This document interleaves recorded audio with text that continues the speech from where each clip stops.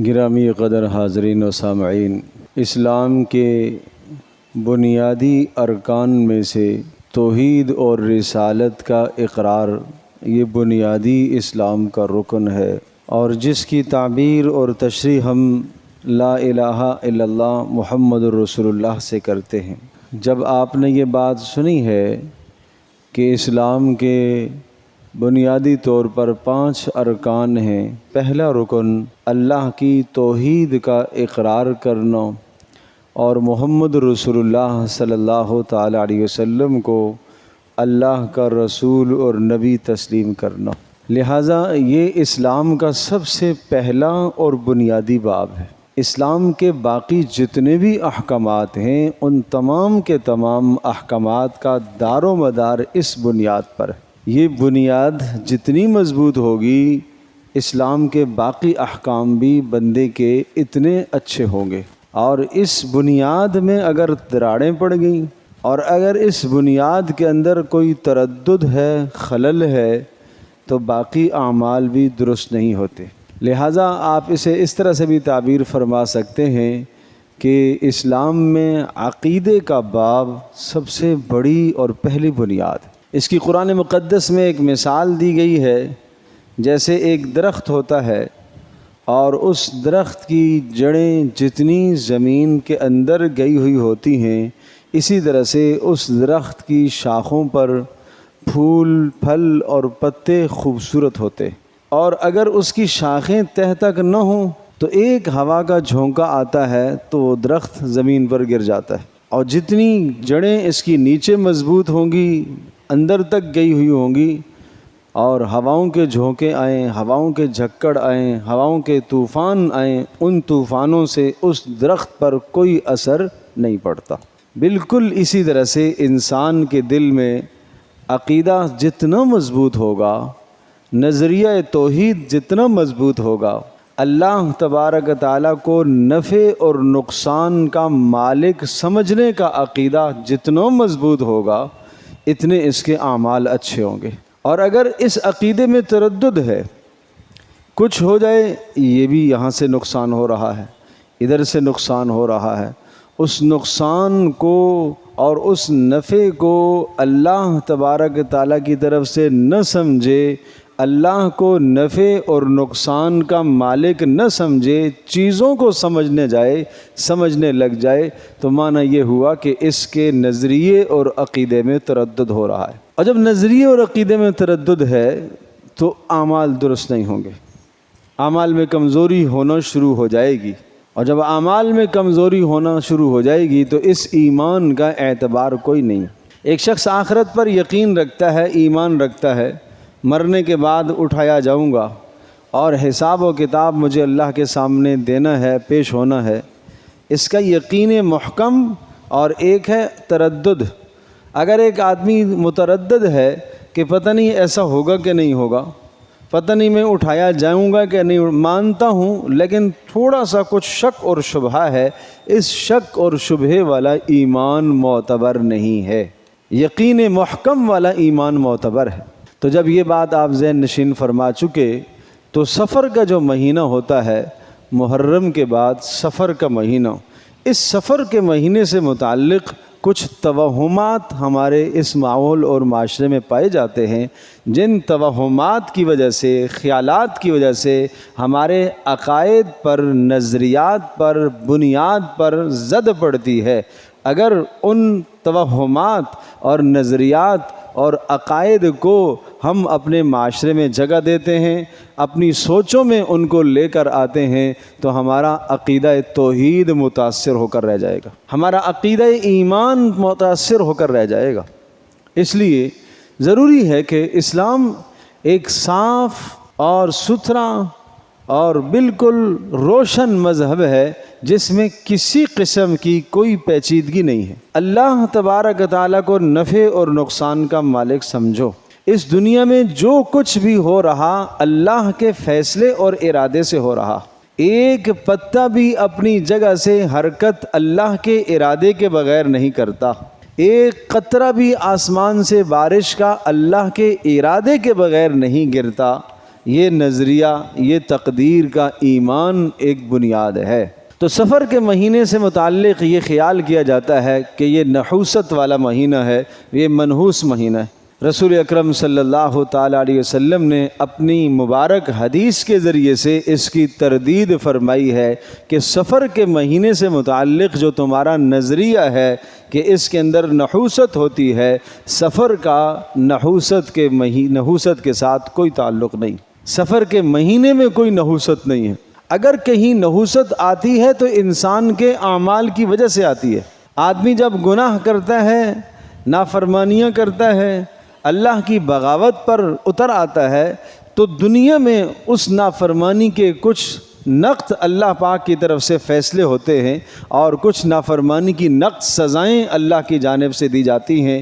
آدمی یہ سمجھتا ہے کہ یہ شاید اس نحوست کا نتیجہ ہے، حالانکہ اپنے اعمال کی نحوست ہے۔ پیارے پیغمبر صلی اللہ تعالیٰ علیہ وسلم کے زمانے کی بات ہے، آپ علیہ الصلوۃ والسلام کے زمانے میں سورج کو گرہن ہوا۔ جب سورج گرہن ہوا تو ایک خیال یہ تھا کہ جب کسی بڑے آدمی کی موت ہوتی ہے تو سورج کو گرہن ہوتا ہے، یہ تصور قائم کیا جاتا تھا۔ اور اس دن اللہ پاک کی مرضی سے، اللہ کے کرنے سے ایسا ہوا کہ رسول اکرم صلی اللہ علیہ وسلم کے صاحبزادے بیٹے حضرت ابراہیم کا انتقال ہوا تھا۔ تو یہ تردد، یہ خیال، یہ وہم پایا جاتا تھا کہ آج جو سورج کو گرہن ہوا ہے وہ ابراہیم کی وفات کی وجہ سے ہوا ہے۔ پیارے پیغمبر صلی اللہ تعالیٰ علیہ وسلم نے اس موقع کا عمل وہ ادا فرمایا کہ 2 رکعت نماز کسوف آپ نے ادا فرمائی۔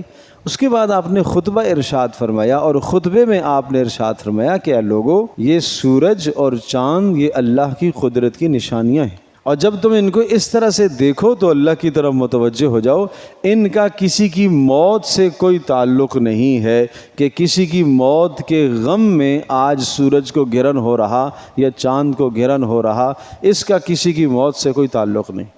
آپ علیہ السلام نے اس توہم کو، اس وہم کو جو لوگوں کے ذہنوں میں پیدا ہو رہا تھا، آپ نے تردید فرما دی، رد فرما دیا۔ ایسا نہیں، یہ اس وجہ سے نہیں ہے، یہ اللہ کا فیصلہ ہے۔ تو سفر کے مہینے کے متعلق اس قسم کے خیالات جو پائے جاتے ہیں، اسلام ان تمام تر خیالات کی قطعاً اجازت نہیں دیتا، یہ توہمات ہیں۔ عام طور پر ہمارے ماحول اور معاشرے میں یہ بھی خیال کیا جاتا ہے کہ سفر کے مہینے میں نکاح نہ کیا جائے۔ آپ دیکھیں گے نکاحوں کے سلسلے سفر میں کم ہو جاتے ہیں، اس لیے کہ سفر کا مہینہ منحوس سمجھا جاتا ہے، جبکہ رسول پاک صلی اللہ تعالیٰ علیہ وسلم نے اپنی بیٹی حضرت فاطمہ رضی اللہ تعالیٰ عنہا کا نکاح حضرت علی رضی اللہ تعالیٰ عنہ سے کیا سفر کے مہینے میں۔ پیارے پیغمبر صلی اللہ تعالیٰ علیہ وسلم نے از خود نکاح فرمایا، حضرت زینب بنت خزیمہ رضی اللہ تعالیٰ عنہا کے ساتھ نکاح ہوا، وہ بھی سفر کے مہینے میں ہوا، اور سن 4 ہجری میں یہ نکاح کا واقعہ پیش آیا۔ اسی طرح سے پیارے پیغمبر صلی اللہ تعالیٰ علیہ وسلم نے حضرت صفیہ رضی اللہ تعالیٰ عنہا سے جو نکاح فرمایا، سفر کے مہینے میں وہ نکاح فرمایا، اور سن 7 ہجری میں یہ نکاح کا واقعہ پیش ہوا۔ اس کے علاوہ بے شمار ازدواجی زندگیوں سے وابستہ ہوئے صحابہ سفر کے مہینے میں۔ لہذا یہ تصور کرنا کہ سفر کے مہینے میں نکاح نہیں کرنا چاہیے، اس میں نحوست ہوتی ہے، یہ ہمارا توہم ہے، یہ ہمارا خیال ہے، باطل اور فرسودہ خیال ہے۔ میں عرض کر رہا ہوں، اگر یہ خیال قائم کرو گے تو یاد رکھیے گا اس سے ہمارے عقیدے پر زد پڑے گی، اور جب عقیدے پر زد پڑے گی، عقیدہ درست نہیں ہے تو اعمال بھی درست نہیں ہوں۔ سفر سے پہلے محرم کا مہینہ گزرا، اس کے متعلق بھی کچھ اسی قسم کا خیال پایا جاتا ہے کہ محرم کا مہینہ چونکہ شہادت کا مہینہ ہے، حضرت حسین رضی اللہ تعالیٰ عنہ کی شہادت کا، وہ غم کا مہینہ ہے، وہ افسوس کا مہینہ ہے، لہذا اس مہینے میں بھی کوئی شادی بیاہ کی تقریبیں منعقد نہ کی جائے۔ ہمارے ہاں اچھے خاصے لوگ وہ محرم میں، سفر میں تاریخیں نہیں مقرر کرتے شادیوں کی۔ میں عرض کر رہا ہوں، اسلام ان چیزوں کی اجازت نہیں دیتا، یہ توہمات ہیں، ان کو اپنے تصور سے، خیال سے نکال دو۔ اسی طرح سے ایک خیال یہ قائم کیا جاتا ہے کہ سفر کے ابتدائی جو 13 دن ہوتے ہیں وہ مصیبتوں والے ہوتے ہیں، اور سفر کے مہینے کا جو آخری بدھ ہوتا ہے وہ اور بڑی مصیبت والا ہوتا ہے، اس کے متعلق توہم پایا جاتا ہے۔ اور پھر اس موقع پر ابھی آپ دیکھیں گے سفر کا مہینہ جب اختتام کو ہوگا اور اس کے بعد جو ہے وہ ربیع الاول شروع ہونے کو ہوگا تو حدیثیں من گڑت شروع ہو جائیں گی، اور وہ حدیث اس طرح سے بھی کوئی آپ دیکھیں گے میڈیا پر حرکت کرنا شروع ہو جاتی ہیں باتیں کہ جناب جس نے سفر کے مہینے کے گزرنے کی مجھے خوشخبری دی اسے جنت کی بشارت ہے۔ سب من گھڑت باتیں ہیں، جھوٹی باتیں ہیں۔ رسول پاک صلی اللہ تعالی وسلم کی طرف کوئی من گھڑت بات ثابت کرنا، منسوب کرنا جو اللہ کے نبی صلی اللہ علیہ وسلم نے نہ فرمائی ہو، وہ بات من گھڑت ہے۔ اگر آپ کے پاس تحقیق نہیں ہے اس بات کو آگے منتقل مت کرو۔ یہ آپ کے نامہ عمل میں ایک گناہ لکھا گیا اگر آپ نے اس بات کو آگے فارورڈ کر دیا تو۔ نیچے بھلے حوالہ بھی لکھا ہوا ہو، قرآن کی آیت کا بھی حوالہ لکھا ہوا ہے، حدیث کا بھی حوالہ لکھا ہوا ہے، بخاری مسلم کا بھی حوالہ لکھا ہوا ہے، اگر کسی مستند آدمی کی طرف سے کوئی بات نہیں آ رہی ہے، آپ کو بھی اس کی تحقیق نہیں ہے، تو آپ اس بات کو آگے نہ نقل کریں۔ رسول پاک صلی اللہ تعالی وسلم نے صاف صاف فرمایا، جس شخص نے میرے اوپر جان بوجھ کر جھوٹ باندھا وہ اپنا ٹھکانہ جہنم میں بنا رہا ہے۔ تو اس طرح سے جو بات رسول اللہ صلی اللہ علیہ وسلم نے نہ فرمائی ہو، دین کا حصہ نہ ہو، اس بات کو نبی اسلام کی طرف منسوب کرنا اور سفر کے مہینے کے آخر میں اس حدیث کو کوٹ کرنا اور نقل کرنا کہ جس نے سفر کے اختتام کی خوشخبری دی اسے جنت کی بشارت ہو، یا جس نے ربیع الاول کے چاند کی خوشخبری دی اس کو جنت کی بشارت ہو، بالکل کوئی ایسی حدیث نہیں ہے۔ یہ من گھڑت باتیں ہیں، ان کو اپنے خیالات سے نکالو۔ پیارے پیغمبر صلی اللہ تعالیٰ علیہ وسلم نے اسی طرح سے بدشگونی سے بھی بہت منع فرمایا، روکا ہے۔ برا شگون کسی سے نہ لیا جائے۔ کوئی آدمی گھر میں داخل ہوا، یہ آدمی نحوست والا ہے، یہ بدشگونی لینے سے رسول پاک صلی اللہ علیہ وسلم نے منع فرمایا۔ نیک شگون آپ علیہ السلام نے لیا، برا شگون اس سے آپ نے منع فرمایا۔ نیک شگون کیا ہے؟ آپ علیہ السلام نے کسی کا نام سعد کا معنی خوش نصیب، یہ خوش نصیب آدمی ہے، یہ اچھا شگون ہے۔ لیکن آپ علیہ السلام نے برے شگون سے منع فرمایا ہے۔ آپ علیہ السلام نے سخت اس کی تردید فرمائی ہے۔ اس قسم کے توہمات کی اجازت آپ علیہ السلام نے نہیں دی ہے۔ اسی طرح سے پیارے پیغمبر صلی اللہ تعالیٰ علیہ وسلم نے نجوم کے ذریعے سے، ستاروں کے ذریعے سے قسمت جو لوگ معلوم کرتے ہیں اس کی سخت تردید فرمائی آپ نے۔ جو ہاتھ کی لکیریں دیکھ کر قسمت معلوم کرتے ہیں، کراتے ہیں، آپ نے سخت تردید فرمائی۔ ایک حدیث میں یوں ارشاد فرمایا، جو کسی عراف کے پاس، ہاتھ کی لکیریں دیکھنے والے کے پاس آیا اور اس نے جو بات کہی اس بات کی اس نے تصدیق کر دی تو اس نے گویا کہ مجھ پر جو کچھ نازل ہوا سب کو اس نے جھٹلا دیا۔ اب بتاؤ کتنی سخت بات ہے۔ اس کا مطلب یہ ہوا کہ یہ ہاتھ کی لکیروں کو دیکھ کر نفع اور نقصان کے فیصلے کر رہا ہے، جبکہ نفع اور نقصان کے فیصلے تو اللہ کی طرف سے ہیں۔ نفع کا مالک تو اللہ ہے، نقصان کا مالک تو اللہ ہے۔ تو اس طرح سے رسول پاک صلی اللہ علیہ وسلم نے فرمایا۔ ایک روایت میں تو یوں ہے کہ 40 دن تک ایسے شخص کی نماز بھی قبول نہیں ہوتی ہے، نماز بھی اس کی قبول نہیں ہوتی 40 دن تک۔ جو کسی عراف، کسی نجومی کے پاس گیا، جس نے جا کر نجومی سے کچھ باتیں پوچھیں اور ہاتھ اسے دکھوایا اور ہاتھ کی لکیریں دکھوائیں اور اس کے ذریعے سے کچھ معلومات حاصل کی، اس کی تو نماز بھی قبول نہیں ہوتی۔ اللہ کے نبی صلی اللہ علیہ وسلم کا دین صاف ہے۔ کل کی بات، کل کیا ہونے والا ہے، ما ادری ما یفعل بی ولا بکم۔ اللہ کے نبی صلی اللہ علیہ وسلم فرما رہے مجھے نہیں معلوم کل میرے ساتھ کیا واقعہ پیش آنے والا ہے، تمہارے ساتھ کیا پیش آنے والا ہے، میں تمہیں کیسے بتا سکتا ہوں۔ پیارے پیغمبر صلی اللہ تعالی علیہ وسلم نے اپنی امت کے عقیدے کی، نظریے کی حفاظت فرمائی ہے۔ آپ نے کسی بھی جگہ پر جہاں کوئی شیطان کا راستہ کھل رہا تھا آپ نے اس راستے کو بند فرمایا، سخت تردید فرمائی رسول پاک صلی اللہ علیہ وسلم نے ان تمام باتوں کی۔ اس کے علاوہ اور کچھ ہمارے ہاں توہمات اور خیالات پائے جاتے ہیں، رسول اکرم صلی اللہ تعالیٰ علیہ وسلم نے ان تمام چیزوں کی اجازت نہیں دی، ہمیں بچنا چاہیے۔ مثال کے طور پر جب بچہ کوئی پیدا ہوتا ہے، نظر بد سے بچانے کے لیے یا کسی اور برائی سے بچانے کے لیے اس کے ماتھے پر کالا نشان، اس کے ہاتھوں میں کالا دھاگا، اس کے گلے میں کالا دھاگا، یہ کیا ہے؟ یہ توہم ہے، یہ خیال ہے آپ کا۔ اس کالے دھاگے سے کیا ہوگا؟ اس ماتھے پر کالا نشان لگانے سے کیا ہوگا؟ ہاں عمل بتایا، نظر بد سے بچانا ہے، عمل بتایا رسول اللہ صلی اللہ علیہ وسلم۔ سورہ فلق سورہ ناس پڑھو۔ نظر بد سے بچانا ہے، پیارے پیغمبر صلی اللہ تعالیٰ علیہ وسلم نے اور مسنون دعائیں بتائی ہیں، وظائف بتائیں۔ اگر اللہ کے نبی صلی اللہ علیہ وسلم نے نظر بد سے بچنے کے لیے، اس برائی سے حفاظت کے لیے اگر کوئی عمل نہ دیا ہو تو پھر آپ کریں۔ یہاں لوگ بہت افراط اور تفریط میں مبتلا ہیں۔ کچھ لوگ تو سرے سے انکار کر دیں، نہیں یہ کچھ نہیں ہوتا اس سے، یہ بھی غلط ہے۔ اس لیے کہ آپ علیہ السلام نے فرمایا العین حق، نظر بد کا لگنا تو یقینی ہے، لیکن آپ علیہ السلام نے عمل بتلایا ہے۔ حضرت حسن اور حسین رضی اللہ تعالی عنہما دونوں کو نظر ہو گئی، پیارے پیغمبر صلی اللہ علیہ وسلم کے پاس حضرت جبریل علیہ السلام تشریف لائے۔ حضرت جبریل علیہ السلام نے آپ علیہ السلام کو کلمات بتلائے، آپ نے ان کلمات کو پڑھا اور پڑھ کر انہیں دھم کیا، وہ ٹھیک ہو گئے۔ اور ان تمام چیزوں کے لیے سب سے مؤثر اور بہترین عمل سورہ فلق سورہ ناس ہے، یہ پڑھا کریں، یہ پڑھ کر آپ دم کریں بچوں کو۔ اور اعوذ بکلمات اللہ التامات من شر ما خلق، اعوذ بکلمات اللہ التامات من شر ما خلق، بسم اللہ الذی لا یضر مع اسمہ شیء فی الارض ولا فی السماء وہو السمیع العلیم۔ جو صبح کو یہ کلمات 3 مرتبہ پڑھ لیتا ہے، شام تک کوئی شے اسے ضرر نہیں پہنچاتی۔ شام کو پڑھ لیتا ہے، صبح تک کوئی شے اس کو ضرر نہیں پہنچاتی۔ کیا یہ کوئی کم عمل ہے؟ ہم کیوں کسی اور کی طرف جائیں؟ کیا رسول پاک صلی اللہ علیہ وسلم نے ہمیں کوئی عمل نہیں دیا اس موقع کا؟ دیا ہے۔ جب دیا ہے تو پھر ہم کیوں ان تمام چیزوں کی طرف جاتے ہیں جہاں سے ہمارے نظریات، ہمارے عقائد خراب ہوتے ہیں؟ تو اس لیے اس قسم کے توہمات نہ کریں۔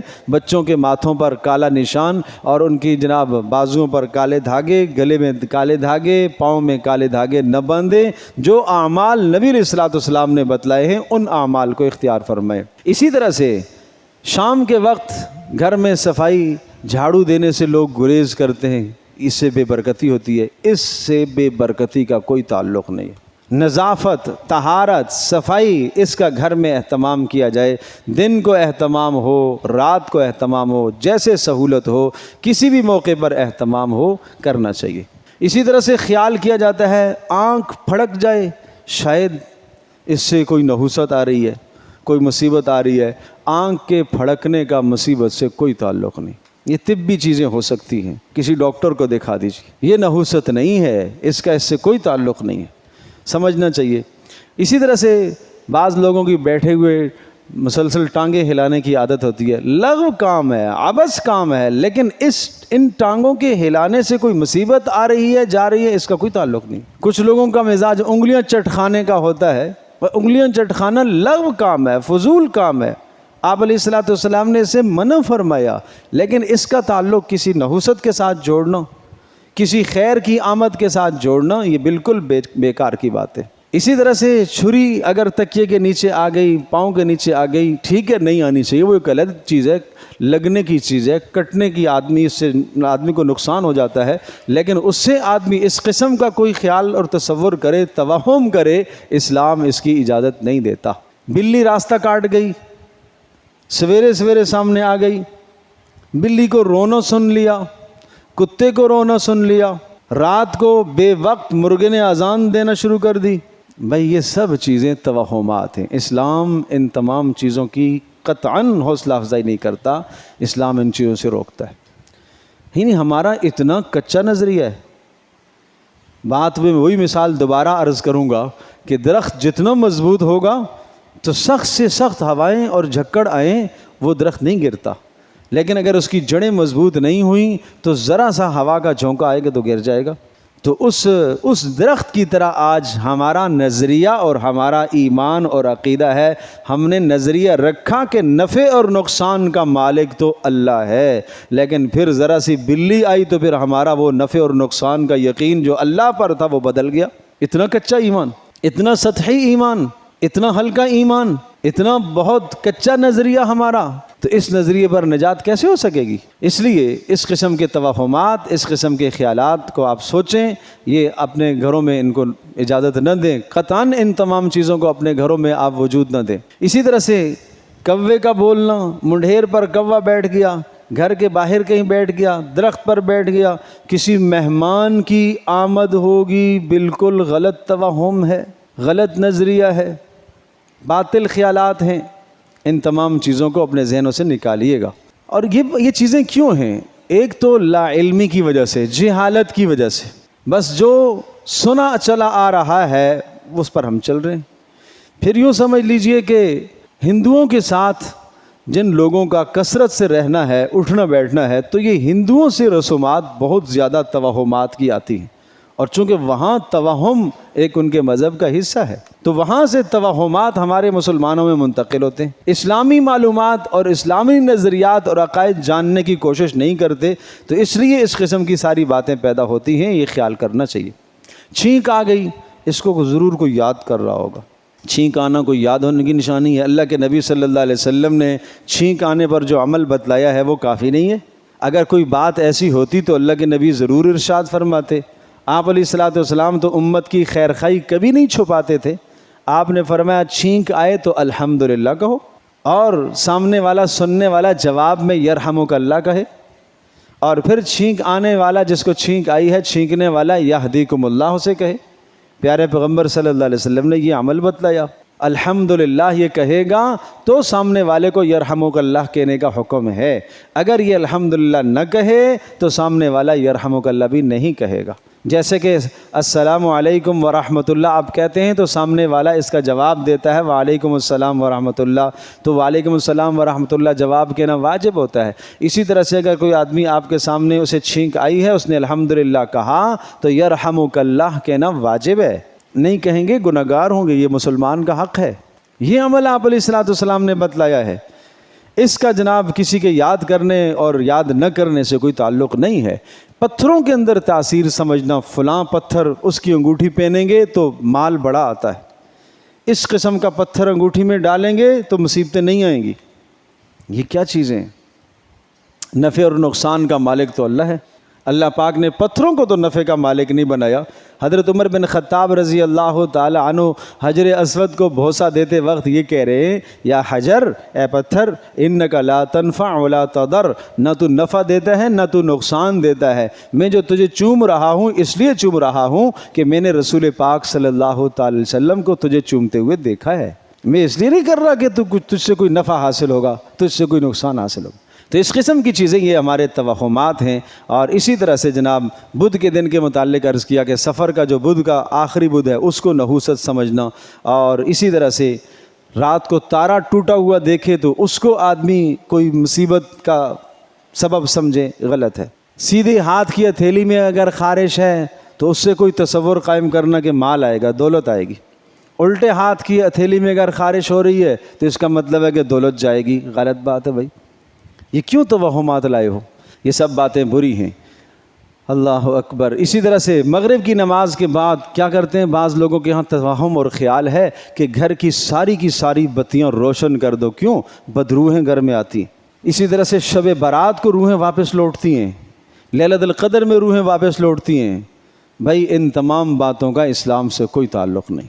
شب برات کو، لیلۃ القدر کی رات کو اعمال دیے، اللہ کے نبی صلی اللہ علیہ وسلم نے اعمال عطا فرمائے۔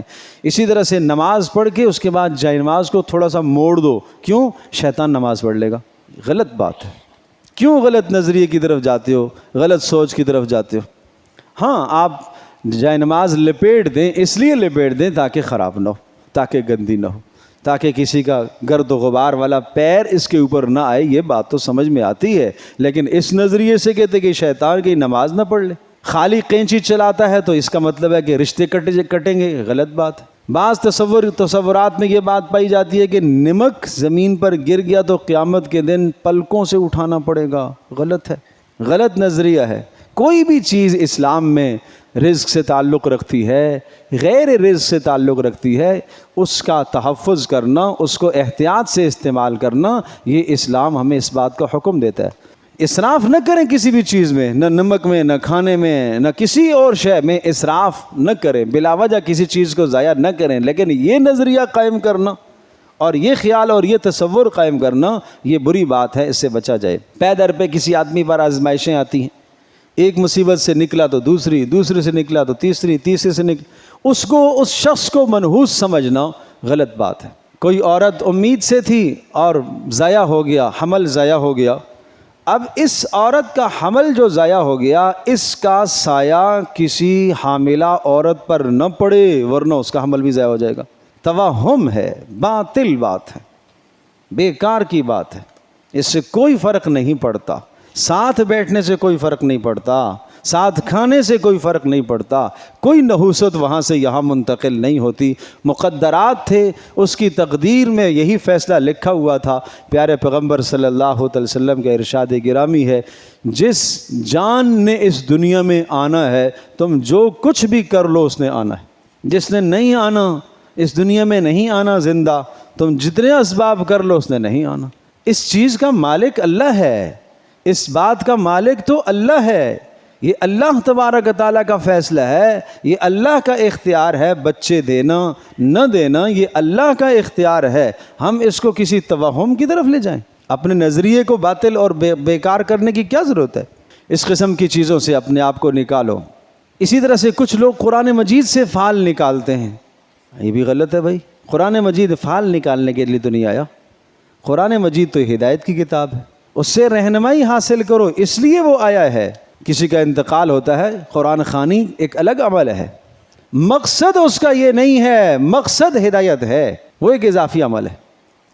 ثواب کے لیے قرآن کی تلاوت کرو، اپنے گھروں میں خیروں اور برکتوں کے حصول کے لیے قرآن کی تلاوت کرو، لیکن اس کا فال نکالنا یہ بیکار بات ہے۔ یہ قرآن مجید سے اس طرح سے فائدہ نہ اٹھاؤ، یہ قرآن مجید کی توہین ہے۔ ان تمام چیزوں سے اپنے آپ کو بچاؤ۔ تو یہ چند باتیں جو میں نے گنوائی ہیں، میں پھر باتیں عرض کرتا ہوں۔ اسلام ایک صاف مذہب ہے اور اسلام کا ہر حکم بالکل صاف اور ستھرا ہے، اس میں کسی قسم کی کوئی پیچیدگی نہیں ہے۔ یہ جتنی باتیں میں نے ذکر کی ہیں، اگر ان سب باتوں کو آپ اپنے نظریات میں، آپ اپنے عقائد میں اگر جگہ دو گے، اس سے ایمان کے اوپر ضرب کاری لگتی ہے، ایمان میں تردد پیدا ہوگا، شک اور شبہ پیدا ہوگا۔ جب ہم اقرار کر چکے لا الہ الا اللہ محمد رسول اللہ، عرض کیا تھا اسلام کا سب سے پہلا رکن کیا ہے؟ توحید کا اقرار، رسالت کا اقرار۔ تو توحید کے اقرار کا مطلب یہ ہے کہ میں اللہ کو اپنا الہ اور معبود مانتا ہوں، اللہ کو اپنا رب مانتا ہوں، اللہ کو نفع اور نقصان کا مالک میں صرف اللہ کو سمجھتا ہوں۔ محمد رسول اللہ دوسرا جو حصہ ہے، مجھے جو پیارے پیغمبر صلی اللہ علیہ وسلم نے تعلیمات عطا فرمائی ہیں، میں ان تعلیمات پر عمل کروں گا۔ صحابی کو رسول اللہ صلی اللہ علیہ وسلم نے باتیں بتلا دیں، اس نے کہا اللہ کی قسم نہ اس میں اضافہ کروں گا نہ اس میں کمی کروں گا، اسی طرح سے جا کے لوگوں کو بتاؤں گا۔ پیارے پیغمبر صلی اللہ علیہ وسلم نے فرمایا یہ جنتی آدمی ہے۔ یہ کس پر؟ کہ جو دین میں تمہیں بتا رہا ہوں اس میں کوئی کمی اور زیادتی نہیں کر رہا، اس پر آپ علیہ الصلوۃ والسلام جنت کی خوشخبریاں سنا رہے ہیں۔ آج جو باتیں اللہ کے نبی نے نہیں بتائیں ان کو ہم توہم کے طور پر اپنے ایمان کے اندر داخل کریں، اپنے نظریات میں لے کر آئیں، جس سے ہمارا ایمان کھوکھلا ہو جائے۔ جب ایمان خراب ہوا تو اعمال بھی تباہ ہو جائیں گے۔ اس لیے ان تمام چیزوں سے بچنے اور بچانے کی ضرورت ہے۔ اللہ پاک ہم سب کے لیے سمجھنا عمل کرنا آسان فرمائے۔